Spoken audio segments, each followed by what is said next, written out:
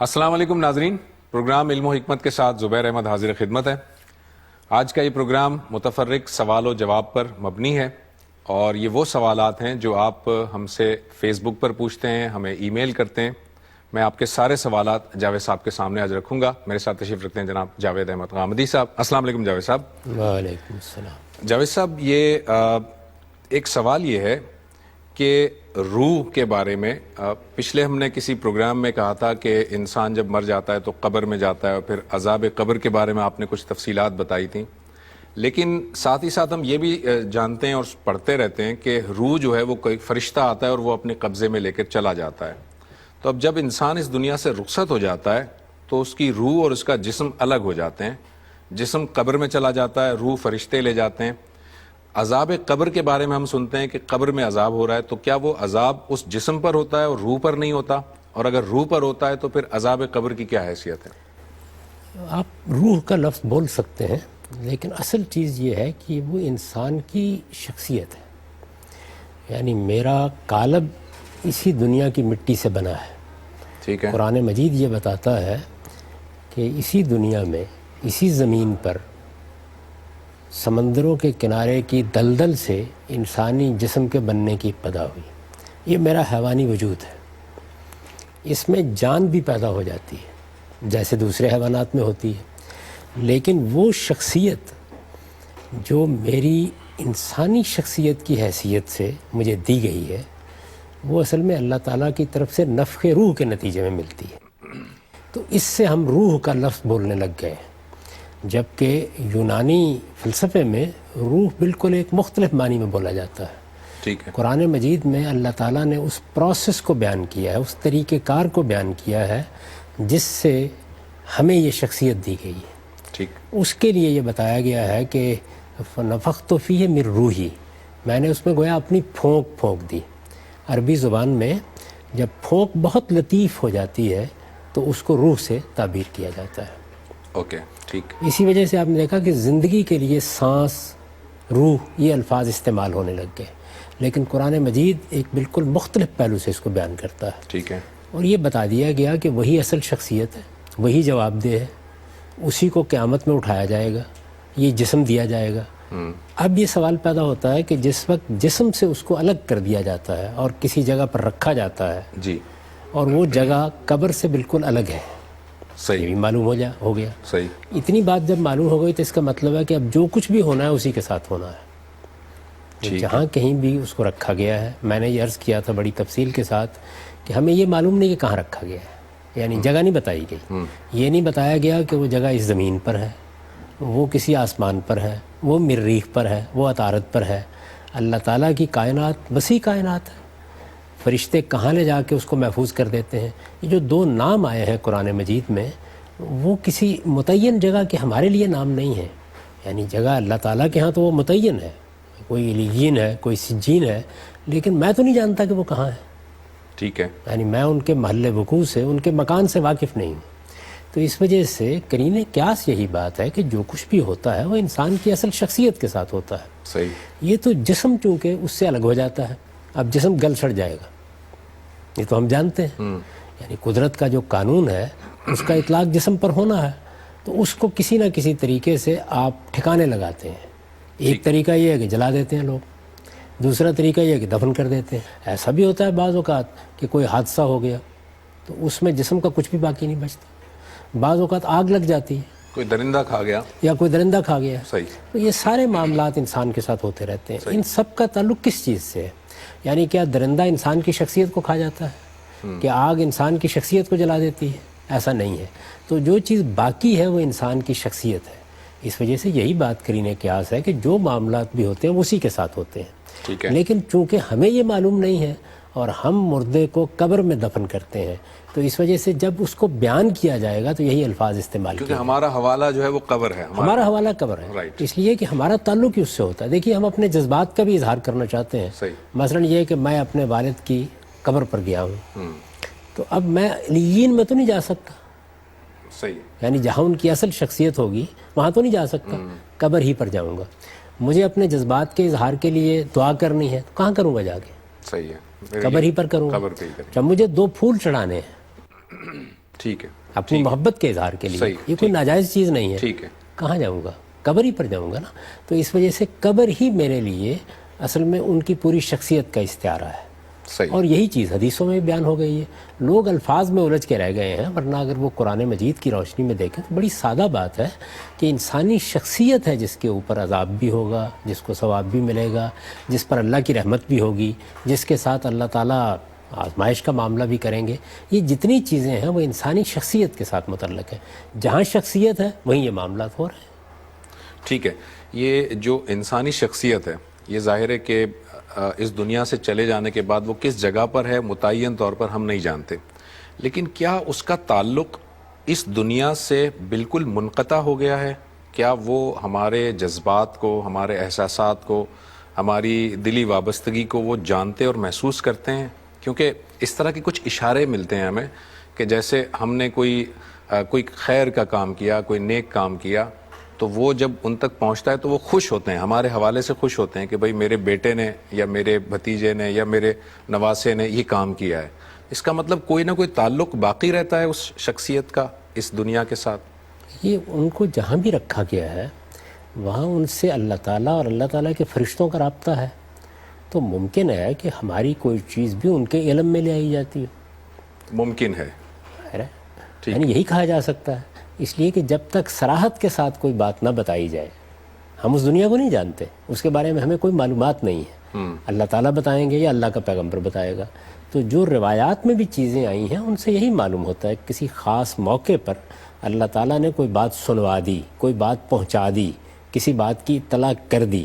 تو ظاہر ہے کہ یہی ہوگا. ورنہ آپ دیکھیے قرآن مجید یہ بتاتا ہے اور ان منکروں کے بارے میں بتاتا ہے جن پر سخت عذاب آیا ہے کہ وہ بھی قیامت میں اٹھیں گے تو اٹھ کر یہ کہیں گے کہ شاید ایک گھڑی سوئے رہے یا 2 گھڑی سوئے رہے. تو گویا ایک خواب کسی کیفیت ہے جو وہاں لوگوں پر طاری ہوگی.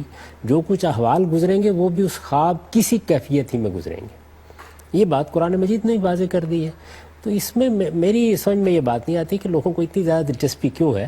اصل چیز یہ ہے کہ بہرحال ہمیں اس کی تیاری کرنی چاہیے کہ اللہ تعالیٰ کی گرفت میں نہ آئے، اللہ تعالیٰ کے یہاں ہمارے ساتھ رحمت کا معاملہ ہو. ہمارے جو یہاں باقی لوگ بچ گئے ہیں ان کے بارے میں بھی وہاں ہمیں اچھی خبریں ملیں. اچھا، وہاں جب کوئی اللہ تعالیٰ عنایت فرمائے گا، کرم فرمائے گا، تو آدمی کو اپنے اعزاء اقربا بھی یاد آئیں گے. ان کا ذکر قرآن مجید میں بھی آتا ہے. وہاں یہ بھی معلوم ہوتا ہے کہ وہ یہ کہہ رہے ہوں گے کہ یہ خوشخبری ہمیں ملی ہے اور یہی خوشخبری ان کو بھی ملے جو ہمارے پیچھے رہ گئے ہیں. تو ظاہر ہے کہ یہ جذبات انسان کے جذبات ہیں، موجود ہوتے ہیں. اب اس میں اللہ تعالیٰ کوئی عنایت فرمائے اور کسی موقع پر کوئی بات بتا دیں. اسی طرح عذاب کے پہلو سے کسی خرابی پر متنبع کرے، یعنی مثال کے طور پر فرعون ہے، ابو جہل ہیں، یا اس طرح کے لوگ ہیں جو خدا کے مقابلے میں کھڑے ہو گئے، خدا تعالیٰ کی زمین کے اوپر وہ اس کے دشمن بن گئے. تو ہو سکتا ہے کہ ان کی فضیلت کے لیے ان کے اخلاق کی کوئی بات ان کو بتائی جاتی ہو. تو یہ ساری چیزیں جتنی بھی روایات سے بظاہر معلوم ہوتی ہیں ان سب کو اگر آپ جمع کریں تو یہی بات معلوم ہوتی ہے کہ اللہ تعالیٰ اگر مناسب سمجھتے ہیں تو کسی موقع پر کوئی چیز سنوا دیتے ہیں. جیسے کہ بدر کے جو لوگ تھے ان کے بارے میں رسالت میں آپ صلی اللہ علیہ وسلم نے فرمایا کہ اس وقت وہ بہت بہتر جان رہے ہیں کہ ان کے ساتھ کیا معاملہ ہوا ہے اور ہم پیچھے کیا کر رہے ہیں. تو یہ جان رہے ہیں، ظاہر ہے کہ یہ اللہ تعالیٰ کے جنوانے ہی سے جانا جا رہا ہے. تو اس کو کسی خاص ما بعد طبیعتی معنی میں نہیں لینا چاہیے کہ ان کی صلاحیتیں ایسی ہو جاتی ہیں کہ جس کے نتیجے وہ روز ہمارے احوال سے واقف ہوتے ہیں، ہم ان کے احوال سے واقف ہوتے ہیں. اسی طرح لوگ خواب دیکھتے ہیں. ظاہر ہے کہ خواب میں بھی کچھ چیزیں تمثیل کے انداز میں بتائی جاتی ہیں، وہ کوئی حقیقی چیز نہیں ہوتی.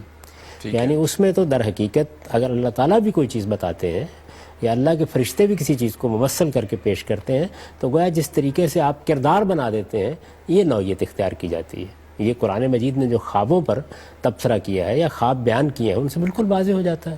سیدنا یوسف کا خواب بیان ہوا ہے، نانپس کا خواب بیان ہوا ہے، ساقی کا خواب بیان ہوا ہے، بادشاہ کا خواب بیان ہوا ہے. یہ بالکل واضح ہو جاتا ہے کہ اللہ تعالیٰ کی طرف سے بھی اگر خواب میں کوئی اطلاع دی جاتی ہے تو کیسے دی جاتی ہے. یعنی اس کا طریقہ یہ نہیں ہوتا کہ جس طرح ہم واقعات کو دیکھتے ہیں اس طرح دکھائے جاتے ہیں، بلکہ ان کو ایک تمثیل کی صورت دے دی جاتی ہے. 11 ستارے اور سورج اور چاند میرے سامنے سجدہ ریز ہو رہے ہیں. عام زندگی میں تو یہ نہیں ہوتا کبھی، لیکن اس کی ایک تعبیر تھی، اس کی ایک حقیقت تھی، وہ بعد میں سامنے آ گئی. تو ان چیزوں کو ایسے ہی دیکھنا چاہیے. اس میں میرا جو نقطہ نظر ہے اور جس کی طرف میں توجہ بھی دلاتا رہتا ہوں وہ یہ ہے کہ آخرت کے بارے میں خدا کے حوالے سے موت سے متعلق ہمیں وہی بات کرنی چاہیے جو بالکل واضح طور پر اللہ کی کتاب میں بیان ہوئی ہے، اور اگر کسی روایت میں بیان ہوئی ہے تو اس روایت کو ہر لحاظ سے جانچ اور پرکھ کر دیکھ لیا جائے، ورنہ اس کے نتیجے میں طرح طرح کی چیزیں لوگوں میں عام ہو جاتی ہیں. جیسے آپ نے ایک سوال کیا تھا کہ ماؤں کے نام سے پکارا جائے گا، یہ بالکل ایک ضعیف روایت ہے، لیکن اتنی عام ہو چکی ہے کہ واعظین اس کو بیان کرتے ہیں، شب و روز اس پر گفتگو ہوتی رہتی ہے، درا حالے کہ اس کی تردید میں بہت سی باتیں کہی جا سکتی ہیں. یعنی بخاری کی بعض روایات میں بالکل دوسری تصویر سامنے آتی ہے، لیکن ان تمام چیزوں میں اصول وہی رکھنا چاہیے کہ وہ بات یا قرآن میں بیان ہوئی ہو یا پھر رسالت میں آپ صلی اللہ علیہ وسلم نے اس کو اس طرح بیان کیا ہو کہ ہم تک وہ قابل اعتماد ذرائع سے پہنچ گئی. ٹھیک ہے. جاوید صاحب، ایک پیوند کاری سے متعلق ایک سوال آیا اور تھوڑا دلچسپ بھی ہے، ٹیکنیکل بھی ہے.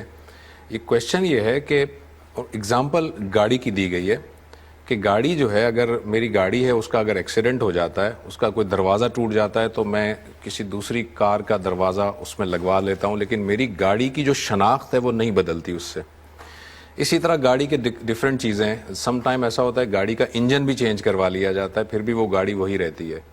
لیکن گاڑی کی دو جو چیزیں، یعنی ایک انجن اور ایک چیسس، اگر انجن بھی بدل جائے گاڑی کا اور چیسس بھی بدل جائے تو گاڑی ہی وہ بدل جاتی ہے، وہ گاڑی وہ رہتی ہی نہیں ہے. پیوند کاری جب ہم کرتے ہیں تو اگر سائنس اتنی ترقی کر جائے کہ انسان کے دل کی بھی پیوند کاری ہو جائے اور دماغ کی بھی پیوند کاری ہو جائے، دوسرے کا دماغ لگ جائے، تو کیا وہ انسان وہی انسان رہے گا یا وہ والا انسان بن جائے گا جو کہ اب اس دنیا میں نہیں رہا، جس کے اعضاء لے کر پیوند کاری کی گئی ہے؟ یعنی اس کی شخصیت بدل جائے گی کیا؟ سب کچھ ختم ہو جائے گا، آنکھیں چینج ہو گئیں، کان چینج ہو گئے، دل دماغ سب بدل گیا اس کا؟ اس سوال کے جواب کا انحصار اس چیز پر ہے کہ کیا ہماری شخصیت مادی ہے، یعنی وہ اجزاء کی تالیف سے پیدا ہو گئی ہے. یعنی کسی نے بیان کیا تھا نا کہ زندگی کیا ہے؟ عناصر میں ظہور ترتیب. موت کیا ہے؟ انہی اجزاء کا پریشان ہو جانا. تو اگر کیا یہی بات ہے، انہی اجزاء کے پریشان ہونے سے موت واقع ہو جاتی ہے، انہی کی تالیف سے زندگی پیدا ہو جاتی ہے؟ مادین کا نقطہ نظر یہی ہے. ٹھیک. لیکن قرآن مجید تو یہ بات نہیں کہہ رہا. وہ یہ کہہ رہا ہے کہ انسانی شخصیت اللہ تعالیٰ کی طرف سے نفخ روح کے نتیجے میں دی جاتی ہے، یعنی زندگی پیدا ہو جاتی ہے، ٹھیک ہے، جان آ جاتی ہے، جیسے کہ جانوروں میں آ جاتی ہے. انسانی شخصیت اس سے ایک بالکل مختلف چیز ہے. تو انسانی شخصیت کے لیے یہ جتنی بھی چیزیں آپ نے بیان کی ہیں، یعنی میرے ہاتھ ہیں، میرے پاؤں ہیں، میرا دل ہے، میرا دماغ ہے، یہ اصل میں اس کے ظہور کے ذریعے ہیں، ایک میڈیم ہے. ٹھیک ہے. ان کے ذریعے سے انسانی شخصیت عمل کرتی ہے. تو سوال یہ ہے کہ انسانی شخصیت جب تک تبدیل نہیں ہوگی، اس وقت تک آپ جو چیز چاہے بدل دیں، کوئی چیز بھی بدل نہیں سکتی. یعنی آپ جس چیز کو بھی تبدیل کر دیں گے، الا یہ کہ اس کے اندر کوئی ایسی خرابی آ جائے جس طرح کے جیتے جاگتے انسان کے دماغ میں خرابی آ جاتی ہے. لیکن ایک طرف تو آپ یہ بھی تو فرما رہے ہیں نا کہ انسانی شخصیت اصل حقیقت کیا ہے وہ ہم نہیں جانتے. تو جب ہم ایک چیز کی حقیقت جانتے ہی نہیں ہیں تو ہو سکتا ہے کہ اس چیزوں کے دماغ اور دل کے بدلنے سے وہ بدل جاتی ہو. نہیں، اتنی بات تو ہمیں اللہ تعالیٰ نے بتا دی ہے قرآن مجید میں کہ وہ شخصیت غیر مرئی ہے، وہ تمہاری گرفت میں نہیں آ سکتی، وہ تالیف سے پیدا نہیں ہوتی، وہ نفخ روح کے ذریعے سے دی جاتی ہے. جو اس دنیا کے اندر انسان کے بننے کا طریقہ ہے، اس سے وہ شخصیت آپ سے آپ پیدا نہیں ہو جاتی. ٹھیک ہے، یہ بات بتا دی گئی نا. صحیح ہے. تو اگر یہ بات ایسے ہی ہے، میں نے عرض کیا نا کہ اس کا انحصار اس پر ہے، اس سوال کے جواب کا، کہ ہم کیا مانتے ہیں. اگر ہم یہ مانتے ہیں کہ انسانی شخصیت تالیف سے پیدا ہوتی ہے اور موت انہی اجزاء کے پریشان ہونے کا نام ہے، تو پھر تو ایسا ہی ہونا چاہیے. یعنی آپ اس کے اعضاء میں کوئی بنیادی تبدیلی کر دیں گے، خاص طور پر اگر دماغ کو تبدیل کر دیں گے تو پھر تو پوری شخصیت تبدیل ہو جانی چاہیے. لیکن اگر ایسا نہیں ہے، جیسا کہ قرآن مجید سے معلوم ہوتا ہے، پھر کوئی تبدیلی نہیں آئے گی. تو قرآن مجید سے جاوید صاحب یہ بھی تو معلوم ہوتا ہے نا، اللہ تعالیٰ جب بھی لوگوں کو اپیل کرتا ہے، لوگوں کو توجہ دلاتا ہے قرآن مجید، تو توجہ دلانے کے لیے وہ یا تو کہتا ہے عقل سے کام نہیں لیتے تم، یا کہتا ہے کہ تمہارے دلوں پہ تالے پڑے ہوئے. میں اسی عقل یعنی ذہن اور دل کی ہی بات کر رہا ہوں. جب برین آپ کا چینج ہو جائے اور دل بھی چینج ہو جائے تو اصل میں آپ کی وہ والی جو ریسیپینٹ والی کیریکٹر ہے، جو آپ ریسیو کر رہے تھے ہدایت، وہ کہیں بدل تو نہیں جائے گی؟ کیونکہ قرآن دل کو اور عقل کو ہی اپیل کر رہا ہے. بظاہر یہ معلوم ہوتا ہے کہ نہیں تبدیلی ہوگی. اس کی وجہ یہ ہے کہ دیکھیے، عقل بھی ایک لفظ ہے نا جو ہم بولتے ہیں، جی، یہ انسانی شخصیت ہی کا ظہور ہے. انسانی شخصیت کو اگر آپ تجزیہ کر کے دیکھیں تو زندگی میں تو میں اور حیوانات مشترک ہیں، جسمانی اعضاء میں کم و بیش مشترک ہے، یعنی ان کا بھی دماغ ہے، ان کا بھی دل ہے، ان کے بھی اسی طرح کے اعضاء ہیں، باقی معاملات میں تو کوئی فرق نہیں ہے، زندگی ان کے اندر بھی ہے، جان ان کے اندر بھی ہے، جس کو ہم جان یا زندگی کہتے ہیں۔ وہ کیا چیز ہے کہ جو مجھے مختلف کرتی ہے بحیثیت انسان جانوروں سے؟ وہ اگر آپ غور کریں تو وہ میری وہ شخصیت ہے جس کا ایک ظہور عقلی ہے، ایک اخلاقی ہے، ایک جمالیاتی ہے، یعنی میرے اندر غیر معمولی ایستھیٹک سینس ہے، میں چیزوں کے بارے میں حکم لگاتا ہوں کہ یہ خوبصورت ہے، یہ بدصورت ہے۔ صحیح ہے۔ میرے اندر ایک اخلاقی احساس ہے، اتنا ہی قوی ہے جس طریقے سے میری آنکھیں دیکھتی ہیں اور میرے کان سنتے ہیں اور میرے ہاتھ چھوتے ہیں، اتنا ہی قوی ہے۔ وہ احساس کیا ہے کہ میں یہ کہتا ہوں کہ یہ چیز اچھی ہے اور یہ بری ہے، میں جھوٹ اور سچ میں تفریق کرتا ہوں، یہ جانور نہیں کرتے۔ نہیں کرتے، صحیح۔ اچھا، اسی طریقے سے میرے اندر ایک استنباط کی صلاحیت پائی جاتی ہے، یعنی مجھے آپ کوئی چیز دے دیں گے جو اپنی اصل میں ہوگی، میں فرع نکال لوں گا، مجھے آپ فرع دے دیں گے، میں اس کو اصل سے متعلق کر دوں گا، مجھے آپ ایک فرع دے دیں گے، میں اس پر دوسری فروع کو قیاس کر لوں گا۔ یہی وہ چیز ہے کہ جس سے اصل میں میرا سارا عقلی عمل ہوتا ہے۔ تو یہ جو میری عقل کا ظہور ہے یا میری اخلاقی شخصیت کا ظہور ہے یا میری جمالیاتی شخصیت کا ظہور ہے، سوال یہ ہے کہ یہ میری جان سے متعلق ہے یا میری اصل شخصیت سے متعلق ہے۔ اگر یہ جان سے متعلق ہوتا تو پھر یہ جانوروں میں بھی ایسے ہی ظہور پذیر ہوتا۔ صحیح ہے، بالکل ٹھیک ہے۔ تو یہ میری انسانی شخصیت سے متعلق ہے۔ تو بظاہر یہی معلوم ہوتا ہے قرآن مجید کے ان اشارات سے کہ انسانی شخصیت جب تک تبدیل نہیں ہوگی، اس کے ظہور کے آپ ذرائع بدل دیں، اس سے کوئی تبدیلی نہیں آئے گی۔ یہ ہو سکتا ہے کہ ظہور کے ذرائع کا کوئی نقص اس کے ظہور پر اثر انداز ہو جائے۔ میں نے اس کی مثال دینا چاہی تھی کہ جیسے کسی آدمی کا ذہنی توازن خراب ہو جاتا ہے، اس میں کیا ہوتا ہے؟ یہ بالکل ایسے ہی ہے کہ بجلی تو آ رہی ہوتی ہے، آپ نے بجلی کی روشنی حاصل کرنے کے لیے، اس سے کوئی پنکھا چلانے کے لیے آگے کوئی چیز لگائی ہوگی، اس کی خرابی بعض اوقات ظہور پذیر جب ہوتی ہے تو ایسا لگتا ہے کہ جیسے بجلی خراب ہو گئی ہے، درا حالانکہ تو وہ خراب ہوئی ہوتی ہے۔ وہ تو آ رہی ہے، صحیح تو بالکل میرے نزدیک ایسی صورتحال ہے، لیکن ظاہر ہے کہ یہ وہ حقائق ہیں جن کو کچھ ہم جان پائے ہیں یہاں پہ، کچھ کے بارے میں نہیں کہا جا سکتا کہ آئندہ ہمارا علم ہمیں کیا بتائے گا، اور بہت سے حقائق ایسے ہیں کہ جو شاید اللہ تعالیٰ کے حضور میں پہنچنے کے بعد ہی کھلیں گے۔ جتنی بات قرآن مجید سے معلوم ہوتی ہے اس سے قرین قیاس یہی لگتا ہے کہ انسانی شخصیت جب تک تبدیل نہیں ہوتی اس وقت تک اجزاء کے تبدیل ہونے سے یا اعضاء کے تبدیل ہونے سے یا ظہور کے ذرائع سے کے تبدیل ہونے سے کوئی فرق واقع نہیں ہوگا۔ ٹھیک ہے۔ جاوید صاحب، ابھی آپ نے فرمایا تھا جب ہم قبر کے حوالے سے گفتگو کر رہے تھے، آپ نے کہا تھا کہ میں چاہتا ہوں کہ میں قبر پہ جا کر 2 پھول رکھ دوں، محبت کا ایک تقاضا ہے یہ۔ تو بعض اوقات ایسا ہوتا ہے کہ انسان اپنے جذبات میں جذبات اس پر اتنے حاوی ہوئے ہوتے ہیں اور اتنا زیادہ وہ جذبات سے جو ہے وہ مغلوب ہوتا ہے کہ وہ اپنے والد کی، والدہ کی قبر پہ جا کر جو ہے نا وہ ان سے گفتگو کرنا شروع کر دیتا ہے، بتاتا ہے کہ میرے ساتھ یہ ہو رہا ہے، وہ ہو رہا ہے، جبکہ وہ شاید یہ جانتا بھی ہے کہ پتہ نہیں یہ سن بھی رہے ہیں یا نہیں سن رہے۔ تو اس طرح کا جو اگر ہم کام کرتے ہیں، یہ کوئی خلاف تو نہیں ہوگا، یہ کوئی دین کے مزاج کے، کیونکہ اس وقت انسان کی کیفیت ایسی ہوتی ہے کہ جب وہ اس طرح گفتگو کرنا چاہتا ہے۔ دیکھیے، دین اس طرح کی چیزوں میں مداخلت نہیں کرتا، یعنی انسان کے جذبات ہیں، ان کا اظہار وہ کرتا ہے۔ ہم اپنے وطن کے لیے اپنے جذبات کا اظہار کرتے ہیں۔ آپ یہ دیکھیے کہ کتنے لوگ ہیں وہ باہر سے آئیں گے اور ایک لمبے عرصے تک باہر رہے ہوں گے یا کہیں قید ہو گئے یا کسی مصیبت میں گرفتار ہو گئے، اپنے وطن کی مٹی کو چوم لیتے ہیں۔ صحیح ہے۔ یہ جذبات کا اظہار ہے۔ اسی طریقے سے ہم اپنے ماں باپ کے ساتھ محبت کا اظہار کرتے ہیں، اپنے اعزاء کے ساتھ محبت کا اظہار کرتے ہیں، جیتے جی بھی کرتے ہیں، مرنے کے بعد بھی کرتے ہیں۔ بعض اوقات آپ اپنے بزرگوں کی جگہیں دیکھنے چلے جاتے ہیں، وہ یہاں رہتے تھے، یہاں بیٹھتے تھے، یہاں پڑھتے تھے، یہاں لکھتے تھے۔ ان کے ذریعے سے بھی انسان ایک بڑی غیر معمولی سی تسکین حاصل کرتا ہے۔ اچھا، بعض اوقات وہ ایک ایسی دنیا میں چلا جاتا ہے جو اس کے لیے بڑے ہی خوشگوار تاثرات کا باعث بنتی ہے۔ صحیح ہے۔ تو ان چیزوں میں مذہب کبھی مداخلت نہیں کرتا۔ یہ اصل میں انسانی جذبات کی وہ پاکیزگی ہے جو بجائے خود اپنے اندر ایک حسن رکھتی ہے۔ ان میں کوئی شرک در آئے گا، ان کے اندر کوئی افتراء پیدا ہو جائے گا، مذہب تب اس کے اوپر تنقید کرے گا اور وہ یہ کہے گا کہ آپ اللہ تعالیٰ کا کسی کو شریک نہ ٹھہرائیں، آپ اپنی طرف سے کسی چیز کو دین نہ بنائیں۔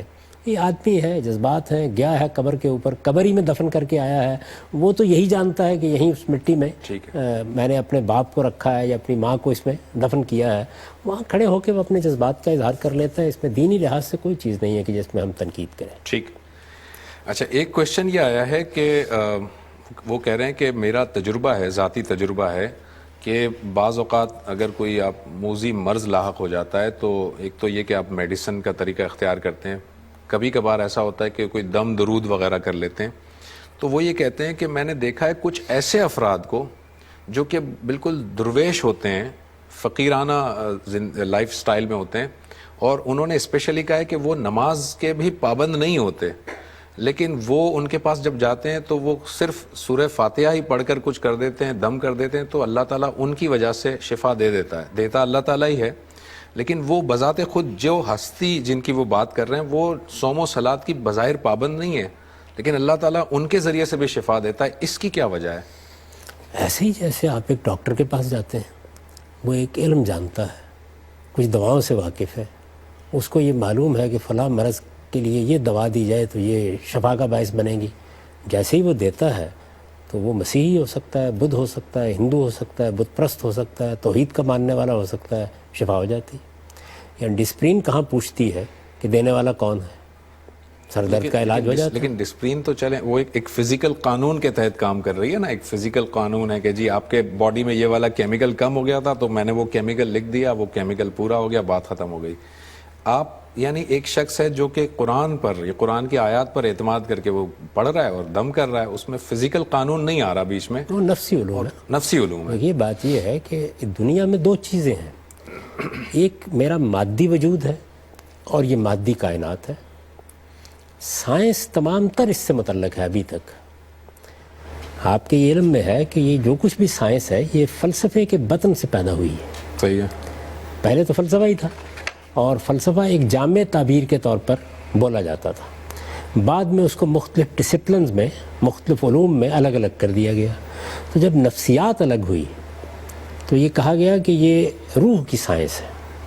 شروع میں ٹھیک ہے. بہت جلد احساس ہو گیا کہ روح نہ مشاہدے میں آتی ہے، نہ کسی معمل میں لائی جا سکتی ہے، لیبارٹری میں لائی جا سکتی ہے، نہ اس کا تجزیہ کیا جا سکتا ہے، تو اس وجہ سے وہ سائنس نہیں بن سکتی.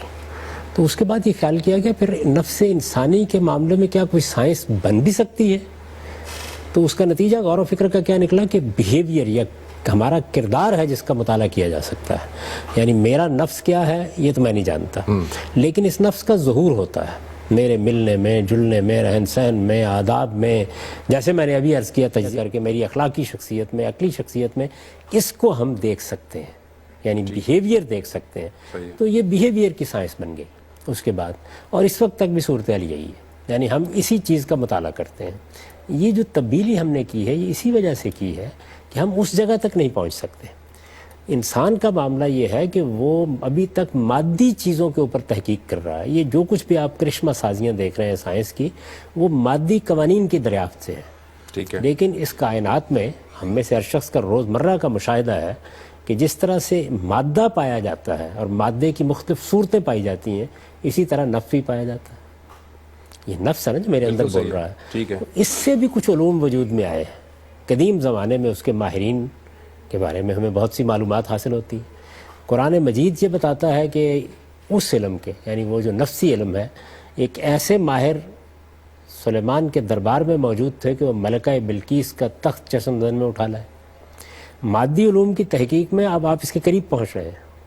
ٹھیک ہے. آواز آپ اٹھا لاتے ہیں، صورت آپ اٹھا لاتے ہیں، واقعہ آپ اٹھا لاتے ہیں، چشم زدن میں اٹھا لاتے ہیں.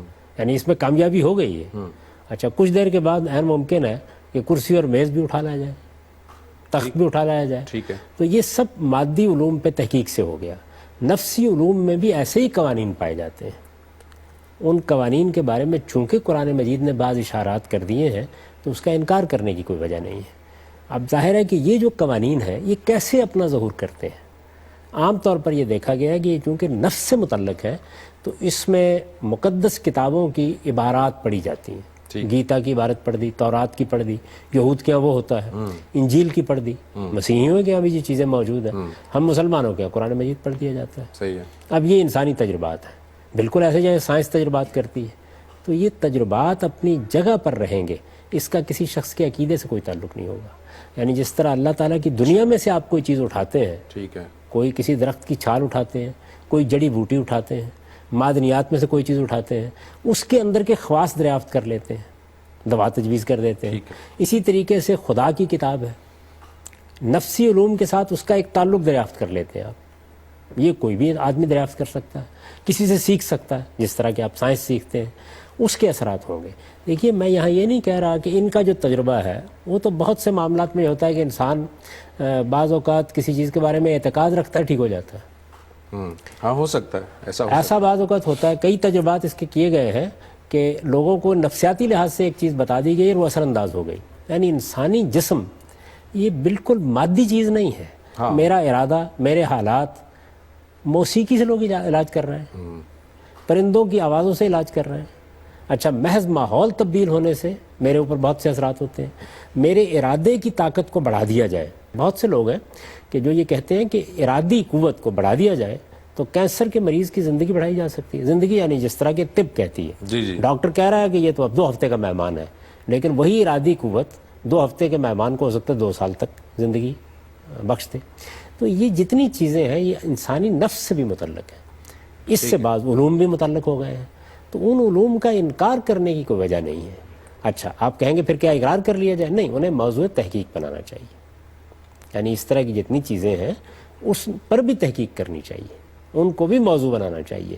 ہو سکتا ہے کہ ایک نئی دنیا اس سے دریافت ہو جائے، کیونکہ علم کا مزاج یہ نہیں ہے کہ جو آپ جانتے ہیں اس کے سوا جو آپ نہیں جانتے اس کی نفی کر دیں۔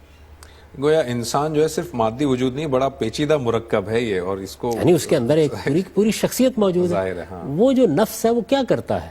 ٹھیک، کیا اس کے اندر کوئی اندازہ کر سکتا تھا آج سے 200 سال پہلے کہ مادی تحقیق سے یہ کچھ وجود میں آ جائے گا جو اب ہمارے گرد و پیش میں ہے؟ ٹھیک ہے، یہ انٹرنیٹ اور یہ ٹیلی ویژن اور یہ ریڈیو اور یہ جہاز اڑتے ہوئے اور یہ مریخ تک پہنچتے ہوئے سیارے، یہ کیا چیزیں ہیں؟ یعنی اگر آپ 200 سال پہلے کے آدمی کو اٹھائیں اور یہ بتائیں کہ یہ کچھ ہو چکا ہے تو وہ یہ کہے گا کہ تمہارا ذہنی توازن خراب ہو گیا ہے، کیا باتیں کر رہے ہو؟ صحیح۔ تو میرے نزدیک نفسی علوم کے بارے میں بھی ہمارا رویہ یہ ہونا چاہیے کہ ہم توہمات کا شکار نہ ہوں، ایسے ہی خواہ چیزوں کو نہ مان لیں، لیکن اس امکان کو سامنے رکھ کر کہ علوم کی ایک دنیا یہ بھی ہے، اس میں تحقیق کریں۔ ٹھیک ہے، یہ جاوید صاحب ایک کویشچن ہے کہ قصاص اور دیت میں فرق کیا ہے، اور کیا دیت کا جو قانون ہے وہ وقتی اور عارضی تھا اور اب وہ اپلائی نہیں ہوگا؟ نہیں، دیکھیے قصاص یہ ہے کہ آپ نے کسی کو قتل کیا یا کسی کو کوئی نقصان پہنچایا، مثلا اس کے کسی عضو پر ضرب لگائی، اس کی آنکھ ضائع ہو گئی، اس کا ہاتھ کاٹ لیا یا کوئی اور اس طرح کا کام کیا، تو قصاص یہ ہے کہ جو آپ نے کیا ہے ویسا ہی آپ کے ساتھ کیا جائے۔ ٹھیک ہے، یہ ہے قصاص۔ رائٹ۔ تو قصاص کی اصطلاح اصل میں اس معنی میں استعمال ہوتی ہے۔ اللہ تعالیٰ نے جو قانون قرآن مجید میں دیا ہے اس میں اصل یہی ہے، یعنی ہم پر یہ لازم کیا گیا ہے کہ اگر کسی نے کسی کے ساتھ اس طرح کی زیادتی کی ہے، اس نے کسی عضو کو نقصان پہنچایا ہے، اس نے اس کو مار دیا ہے، تو اب یہ حق ہے اس کے وارثوں کا، یا اگر وہ شخص زندہ ہے تو اس کا حق ہے کہ وہ یہ کہے کہ اس شخص کے ساتھ بھی یہی کیا جائے، برابر کا بدلہ لینا، معاملے کی اسی طرح پیروی کرنا جس طرح کہ اس شخص کے ساتھ ہوا ہے، جو مقتول کے ساتھ ہوا ہے وہی قاتل کے ساتھ کرنا، جو جارح کے ساتھ ہوا ہے، مجروح کے ساتھ ہوا ہے، وہی جارح کے ساتھ کرنا۔ یہ جو چیز ہے اس کو قصاص کہا جاتا ہے۔ ٹھیک ہے، اس میں اب ظاہر ہے کہ 2 فریق ہو گئے نا، یعنی ایک وہ شخص ہے جس کو کوئی نقصان پہنچا ہے، یا وہ دنیا سے رخصت ہو گیا تو اب اس کے وارث ہیں۔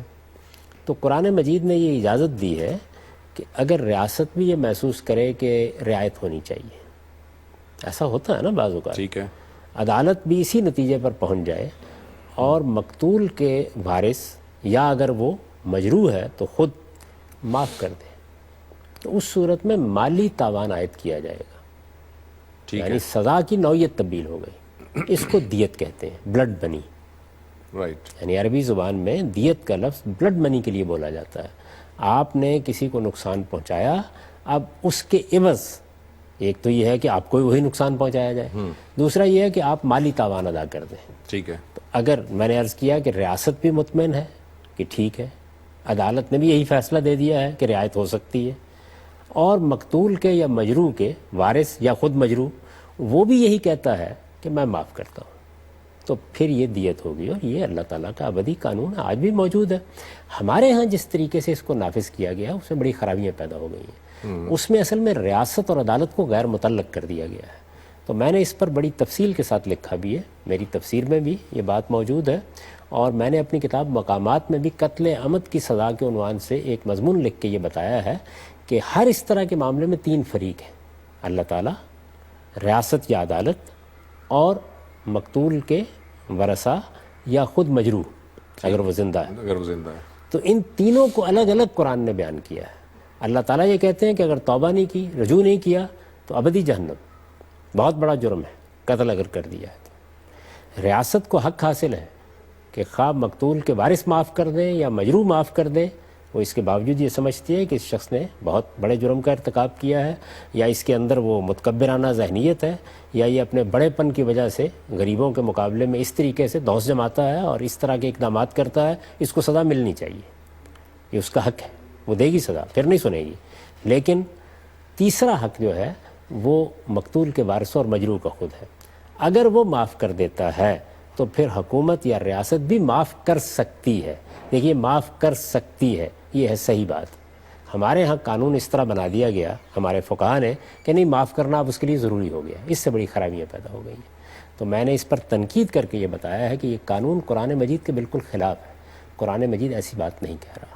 وہ یہ کہہ رہا ہے کہ اگر ریاست یا عدالت بھی مطمئن ہو گئی ہے اور ورثہ بھی مطمئن ہو گئے ہیں، ٹھیک ہے، تو اس صورت میں معاف کیا جائے گا. پھر دیت دینی ہوگی، تو دیت بلڈ منی کی یہ صورت. جاوید صاحب یہ جو آپ فرما رہے ہیں کہ ریاست اگر یہ سمجھتی ہے کہ نہیں اسے معاف نہیں کیا جا سکتا یا یہ متکبرانہ اس کی ذہنیت ہے، یہ بھی آپ قرآن سے ہی لے رہے ہیں؟ یہ قرآن میں ہے موجود یہ بات؟ قرآن مجید نے تو یہ بیان کیا ہے کہ مجھ پر، آپ پر، معاشرے پر، ریاست ظاہر ہے کہ معاشرے کے نظم کا ظہور ہے، اس پر قصاص لینا فرض ہے، مجھ پر فرض کر دیا گیا ہے.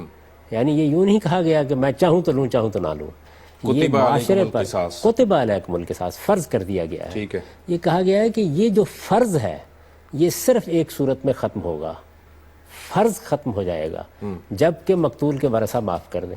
ہاں تو اس کا مطلب تو اللہ تعالیٰ نے تو صرف مقتول کے ورثہ پہ بات چھوڑ دی نا. اب فرض ختم ہو گیا، جواز ختم نہیں ہوا. اچھا، دیکھیے یہ اس کی مثال ایسے ہے کہ اگر تم مریض یا مسافر ہو تو روزہ چھوڑ سکتے ہو، چھوڑنا لازم نہیں ہے. تو اس لیے ریاست اور حکومت کے لیے یہ فرض نہیں رہا کہ وہ قصاص لے، اس کو آزاد کر دیا اللہ تعالیٰ نے. اب وہ اپنے مسالے کو دیکھے. یہ میں نے ان مسالے کی مثال دی ہے جو آپ کو دی ہے. ٹھیک ہے، یعنی ایک چیز مجھ پر لازم کی گئی تھی، اگر وہ معاف کر دیں تو مجھ پر لازم نہیں رہی. اس کا مطلب کیا ہوا؟ پہلی صورت میں میرے پاس کوئی راستہ ہی نہیں تھا، اللہ کا حکم تھا، مجھے اس پر عمل کرنا تھا. دوسری صورت میں اب میں وہی مثال دے رہا ہوں، میں روزہ چھوڑ بھی سکتا ہوں، میں روزہ رکھ بھی سکتا ہوں. نہیں مگر آپ نے اس کو ذرا واضح کیجئے گا. جب آپ فرما رہے ہیں کتب علیکم القصاص کہا گیا اور پھر بتا دیا گیا کہ اگر وہ ورثہ معاف کر دیں تو یہ فرض ختم ہو گیا، پر ریاست پھر بھی بیچ میں جو ہے وہ یہ کہہ سکتی ہے کہ نہیں ہم اسے معاف نہیں کر رہے. آپ یہ کہنا چاہ رہے ہیں؟ یہ بالکل نہیں، ایک منٹ، بالکل ایسے ہی جیسے میں یہ کہہ رہا ہوں کہ روزہ آپ پر فرض کیا گیا. نہیں میں سمجھ گیا، لیکن میں ایک اور اگزامپل دیتا ہوں. اب جیسے کہ ایک بیدہی عقدۃ النکاح کہا گیا، شوہر کے ہاتھ میں جو ہے وہ گرا ہے اس شادی کے بندھن کی. اگر شوہر طلاق دے دے تو کیا ریاست کہہ دے گی کہ نہیں تم طلاق نہیں دے سکتے؟ ایسا تو نہیں ہوگا نا. شوہر نے طلاق دے دی تو پھر طلاق واقع ہو گئی. یہاں آپ ایک دوسرے قانون میں چلے گئے، وہ شخصی قانون ہے، اس میں ریاست کی مداخلت صرف کسی نظام میں ہونی ہے. یہ شخصی قانون نہیں ہے، اس میں معاشرے پر لازم کیا گیا ہے. یہاں معاشرہ مخاطب ہے، اس کو مخاطب کر کے یہ کہا گیا کتب علیکم القصاص. معاشرہ ہی مخاطب ہے، لیکن جو جسے مثال آپ نقصان دے رہے ہیں، جو وکٹم ہے وکٹم معاف کرے گا نا. معاشرہ مخاطب ہے، یو آر رائٹ، لیکن وکٹم کو یہ دیا گیا ہے کہ وہ چاہے تو قصاص لے چاہے تو معاف کر دے. یہ لیکن نہیں اس میں کہا ریاست کہاں ہے؟ اگر وہ معاف کر دے تو فرض نہیں رہا، یہ کہا ہے قرآن نے. قرآن مجید نے وہ بات نہیں کہی. قرآن مجید کی جو زبان ہے اگر آپ اس کو دیکھیں تو کمال ہے اس میں. اس نے یہ کہا تم پر یہ قصاص لینا فرض کیا گیا، یعنی معاشرے پر، ریاست پر، عدالت پر. یعنی علیکم کا مطلب آپ پورا معاشرہ لے رہے ہیں. ہو ہی نہیں سکتا، اور کون ہو سکتا ہے؟ یعنی قصاص لینا فرض کیا جائے گا تو معاشرے پر فرض کیا جائے گا. دیکھیے جب کوئی معاشرہ منظم نہیں ہوتا، ریاست منظم نہیں ہوتی، اس وقت سورہ بنی اسرائیل میں قصاص لینے کا حق مقتول کے وارثوں کو دے دیا گیا ہے، اور یہ کہا گیا کہ معاشرے کے لوگ ان کی مدد کریں، کیونکہ کوئی ریاست، کوئی نظام موجود نہیں ہے. ٹھیک ہے، جس وقت ریاست وجود میں آ گئی، ایک نظم قائم ہو گیا، اب معاشرے کو مخاطب کیا. معاشرہ اس پوزیشن میں آ گیا کہ اب وہ نظم قائم کرے اپنے اندر. ہاں صحیح ہے. جب وہ اس پوزیشن میں آ گیا تو اسے کہا گیا تم پر قصاص فرض کیا گیا. یہ فرضیت کب ختم ہو جائے گی؟ جبکہ مقتول کے ورثہ یا مجروح معاف کر دے گا۔ فرضیت ختم ہو جائے گی، فرضیت ختم ہوئی، جواز ختم نہیں ہوگا۔ نہیں، یہ فرضیت جب ختم ہو جائے گی تو اب جواز ختم نہیں ہوا، یہ بات تو آپ انفر کر رہے ہیں نا، قرآن نے تو ایسا نہیں کہا ہے، قرآن نے کہا ہے فرضیت ہے اور فرضیت ختم ہو گئی، اب بات ختم ہو گئی، یہ جواز اسی لیے مثال دی ہے، یہ آپ نے میں نے اسی لیے مثال دی ہے آپ کو، بالکل وہی الفاظ ہے، کتب علیکم القصاص کتب علیکم الصیام، بالکل ایک ہی الفاظ ہے، روزہ آپ پر فرض کیا گیا۔ اب یہ کیا کہا آگے یہ کہا کہ فمن کان مریضا علی سفر، اب جو آدمی بھی مریض یا مسافر ہے وہ روزہ چھوڑ سکتا ہے، ٹھیک ہے، چھوڑ سکتا ہے یا چھوڑنا فرض ہو گیا اس پر؟ چھوڑ سکتا ہے وہ، تو یہاں بھی یہی کہہ رہا ہوں میں، یعنی اب ریاست جو ہے وہ معاف کر سکتی ہے۔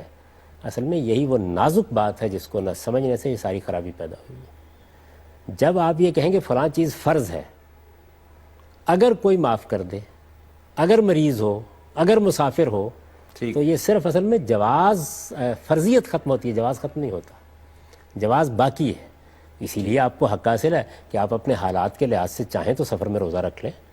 بھائی آپ کہتے ہیں میں اس وقت جہاز میں جا رہا ہوں، میرے لیے بڑی آسانی ہے، میں روزہ رکھ لیتا ہوں۔ اگر یہ بات ہے کہ اس کے نتیجے میں روزہ رکھنا ہی آپ کے لیے جائز نہیں رہتا، پھر تو ہم وہ کہہ سکتے تھے، پھر آپ کہہ سکتے ہیں۔ ایک ہی طرح کی آیات ہے، میں نے ان دونوں کو بالکل مقابل میں رکھ کے یہ بتا دیا ہے کہ ایک ہی طریقے سے قرآن مجید بات کر رہا ہے۔ قرآن مجید نے بڑی بلاغت کے ساتھ یہ بتا دیا ہے کہ یہ فرضیت ہے، جو چیز ختم ہونی ہے ان کے معاف ہونے سے وہ فرضیت ختم ہو گئی ہے، ریاست آزاد ہو گئی ہے فیصلہ کرنے کے لیے۔ پہلی صورت میں اس کو حق ہی نہیں تھا کہ وہ قصاص کے سوا کسی اور طرف جائے، اب وہ جا سکتی ہے، نہ کہ جانا اس پر لازم ہے۔ اس کے مقابل میں رکھ دیا روزہ رکھ سکتے ہیں، روزہ چھوڑ سکتے ہیں، یہ نہیں کہ چھوڑنا آپ کے لیے لازم ہو گیا ہے۔ یہی قرآن مجید کی وہ بلیغ چیزیں ہیں کہ جو نظر انداز ہوئی ہیں جب ہمارے ہاں، تو پھر ایک عجیب و غریب قسم کی چیز بن گئی۔ تو اس وقت بھی یہی ہوا ہے کہ اب ہوتا کیا ہے کہ ریاست محسوس کرتی ہے کہ بڑا فساد برپا کیا گیا ہے، ایک امیر آدمی نے اپنی طاقت سے کام لے کر یہ کام کر ڈالا ہے، اس کو معاف نہیں ہونا چاہیے، وہ دباؤ ڈالتا ہے اور معاف کرا لیتا ہے۔ اچھا، اسی طرح کی سازشیں ہونے لگ گئیں کہ خاندانی کے لوگوں نے مل ملا کے ایک نے قتل کر دیا، باقیوں نے معاف کر دیا۔ تو یہ سب چیزیں اس بات کو نہ سمجھنے سے پیدا ہوئی ہیں۔ تو میں یہ گزارش کر رہا ہوں کہ یہ بالکل ٹھیک ہے کہ قرآن مجید یہ کہتا ہے کہ ریاست بھی معاف کرنے کا حق نہیں رکھتی جب تک کہ وہ معاف نہ کر دیں، معاف کرنے کا حق نہیں رکھتی، لیکن سزا دینے کا حق نہیں رکھتی، ایسا نہیں ہے۔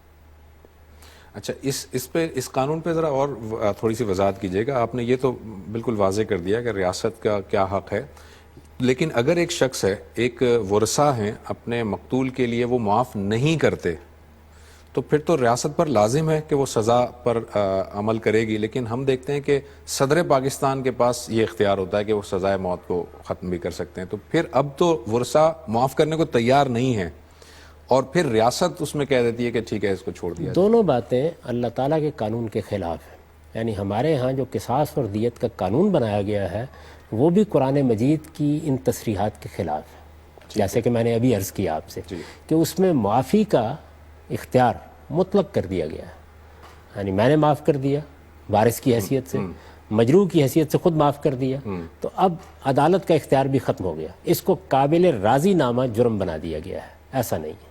ٹھیک ہے، یعنی قرآن مجید نے اس میں بہت متوازن طریقہ اختیار کیا ہے۔ اللہ تعالیٰ کیا کرے گا اس کو الگ بیان کیا ہے، وارثوں کا کیا حق ہے یا مجروح کا کیا حق ہے اس کو الگ بیان کیا ہے، ریاست کی اور عدالت کی کیا ذمہ داری ہے، معاشرے کی کیا ذمہ داری ہے اس کو الگ بیان کیا ہے۔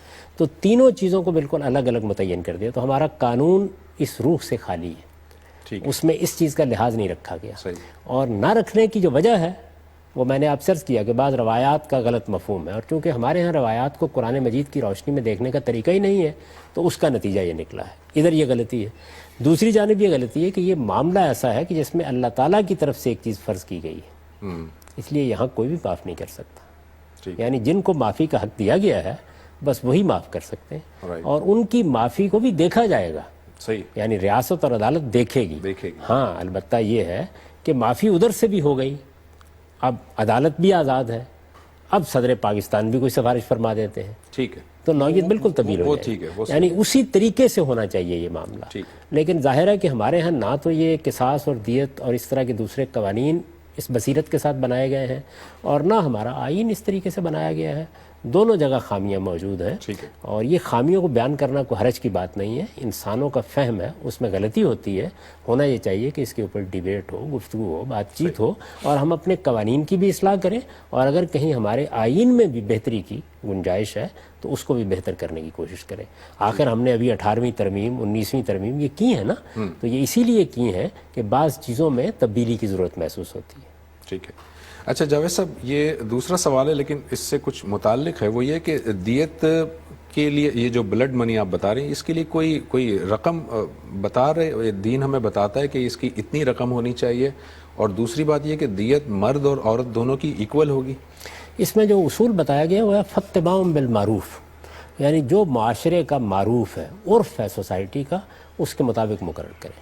اچھا، یعنی اس میں اصل میں معاشرے کے اندر کوئی روایت قائم ہے اگر پہلے سے، تو اس کی پیروی کر لیں، ورنہ پارلیمنٹ میں آپ قانون سازی کر سکتے ہیں، پابند نہیں کیا گیا۔ دیت اسلامی قانون ہے، ٹھیک ہے، اللہ تعالیٰ کا قانون ہے، اللہ تعالیٰ نے یہ گنجائش رکھی ہے۔ اصل میں دیت کو لوگ بڑے غلط زاویے سے دیکھتے ہیں، یہ مالی تاوان ہے، یعنی آپ کے ہاں جو سزائیں ہیں، سزا دیکھیے یا تو جرمانے کی صورت میں دی جائے گی، مالی تاوان عائد ہوگا، یا سزا حبس کی صورت میں دی جائے گی، آپ کسی کو گرفتار کر لیتے ہیں، قید کر لیتے ہیں، یا سزا کسی جسمانی تعذیب کی صورت میں دی جائے گی، کوڑے مارتے ہیں یا اور کوئی کام کرتے ہیں، یہی ہے نا سزا کی صورت ہے۔ تو مالی تاوان عائد کرنا بھی ایک سزا ہے، اس معاملے میں مالی تاوان کی گنجائش رکھی گئی ہے، اور میں نے عرض کیا کہ کس صورت میں رکھی گئی ہے، جبکہ ریاست اور عدالت بھی محسوس کرے کہ رعایت ہونی چاہیے، اور مجروح معاف کر دے یا مقتول کے وارث بھی معاف کر دے، اس صورت میں یہ دیت کا معاملہ ہوگا۔ مقدار مقرر نہیں کی گئی کیونکہ حالات کی تبدیلی کے ساتھ اس میں تبدیلی کی ضرورت، معروف پہ چھوڑ دیا اس کو معروف پر چھوڑ دیا گیا۔ اور عورت اور مرد کے لیے بھی ایکول ہے؟ دیکھیے عرب میں ایسا نہیں تھا، اس معروف کی پیروی کی گئی، کسی اور معاشرے کے اندر کوئی اور معروف ہے اس کی پیروی کی جائے گی۔ لوگ کس چیز پر مطمئن ہیں، یعنی وہ راضی ہیں کس چیز کے اوپر، تو چونکہ قرآن مجید نے یہ کہا تھا کہ اس میں جس پر سوسائٹی راضی ہے، جو معروف ہے وہی اختیار کر لیا جائے، تو اسی کو اختیار کر لیا گیا۔ نبی صلی اللہ علیہ وسلم نے اسی کے مطابق سب فیصلے کیے۔ یہ بالکل ایسے ہی ہے کہ جس طرح ہمارے یہاں مہر کے معاملے میں یا نان و نفقہ کے معاملے میں معروف کو بنیاد بنایا گیا ہے، بالکل اسی طریقے سے دیت میں بھی ایسا ہی کیا گیا ہے، اور یہی قرین عقل بھی ہے، ایسا ہی ہونا چاہیے۔ آپ کمپنسیشن کے جو موجودہ قوانین ہیں ان کو سامنے رکھیں گے اور ان کو سامنے رکھ کے جو چاہے مقرر کر لیں۔ ٹھیک ہے۔ یہ ایک سوال ہے زکوٰۃ سے متعلق، جاوید صاحب یہ بتا رہے ہیں کہ آپ کے پروگرام کے اندر آپ نے بارہا یہ بتایا ہے کہ زکوٰۃ لینے کا اختیار ریاست کے پاس ہے، ریاست ہی زکوٰۃ جمع کرے گی، اور ریاست ہماری پاکستان کے حوالے سے بات کر رہے ہیں کہ پاکستان کی جو ریاست ہے وہ زکوٰۃ جمع کرتی بھی ہے، ان کا ایک زکوٰۃ فنڈ بھی ہے۔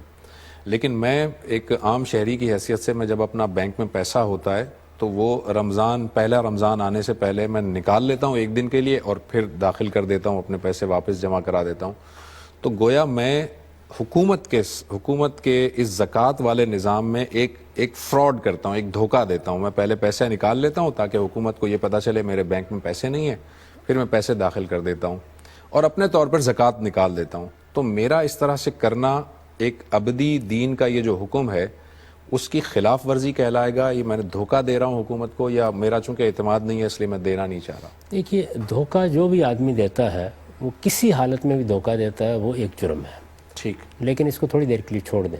سوال یہ ہے کہ حکومت کیا اللہ تعالیٰ کے احکام پر عمل کر رہی ہے اس معاملے میں، یعنی کیا وہ اسی طرح زکوٰۃ لے رہی ہے جس طرح کی شریعت کی روح سے اس کو لینی چاہیے؟ اللہ تعالیٰ تو یہ کہہ رہے ہیں، یا جو سنت قائم کی گئی ہے وہ تو یہ ہے کہ آپ یہی ایک ٹیکس ہے جو لوگوں پر لگا سکتے ہیں۔ یہ ایک مسلمان حکومت جو اللہ تعالیٰ کے قانون کی پیروی کرنے کے لیے تیار ہے، اس کی یہ ذمہ داری ہے کہ وہ لوگوں سے زکوٰۃ لے، ٹھیک، یہ اس کے فرائض میں شامل ہے۔ یعنی اگر وہ سمجھتی ہے کہ اس کو ضرورت ہی نہیں ہے پیسے کی تو ٹھیک ہے، وہ لوگوں کو آزاد کر دے، لیکن اگر اس کو ریاست کا نظم و نسق چلانے کے لیے چاہیے کچھ تو پھر اللہ نے یہ مقرر کر دیا ہے۔ اور اس میں کئی مرتبہ عرض کر چکا ہوں کہ لوگوں کی غلط فہمی ہے کہ یہ صرف 2.5% ہے۔ 2.5% زکوٰۃ بچتوں میں ہے، ہمارے مال میں ہے۔ پیداوار کی بے شمار صورتیں ہیں جن میں یہ 5, 10 اور 20% ہے۔ ٹھیک، تو اس وجہ سے جس طرح اللہ تعالیٰ نے بتایا ہے ویسے ہی ریاست کو زکوٰۃ لینی چاہیے، اس کے سوا کوئی ٹیکس نہیں لینا چاہیے۔ اگر آپ قرآن مجید کا مطالعہ کریں تو 2 ہی باتیں ہیں جو ہمارے سامنے آتی ہیں۔ ایک یہ کہ آپ زکوٰۃ لیں، یہ گویا سوسائٹی کی کنٹریبیوشن ہے، لوگوں کی کنٹریبیوشن ہے تاکہ معاشرے کا نظم چلایا جا سکے۔ دوسرے کیا ہے؟ دوسرے یہ ہے کہ جو اللہ تعالیٰ نے ایسی چیزیں انسان کو دی ہیں کہ وہ کسی فرد کی ملکیت نہیں ہو سکتی، جیسے زمین اور اس کے خزانے ہیں. صحیح ہے. زمین کے بارے میں یہ بتایا گیا کہ سوال للسائلین ہے، یعنی یہ زمین کسی کی ملکیت نہیں ہے، ہم اس میں عارضی تصرف کرتے ہیں. ٹھیک ہے. تو ان چیزوں کو قرآن مجید نے سورہ حشر میں یہ بتایا کہ قومی شعبے میں رہنا چاہیے.